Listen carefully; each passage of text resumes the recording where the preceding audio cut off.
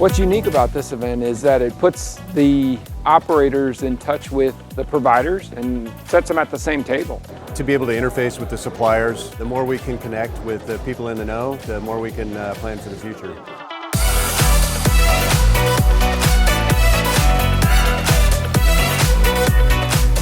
It's been really exciting to see the shift from focusing just on operations to including so much more about the customer experience and how those two worlds can converge.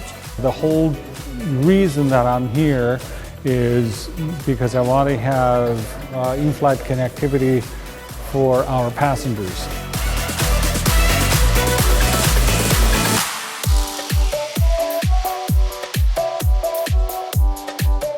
As the industry is changing and evolving and maturing, the information that we're getting in the past couple days has been fantastic.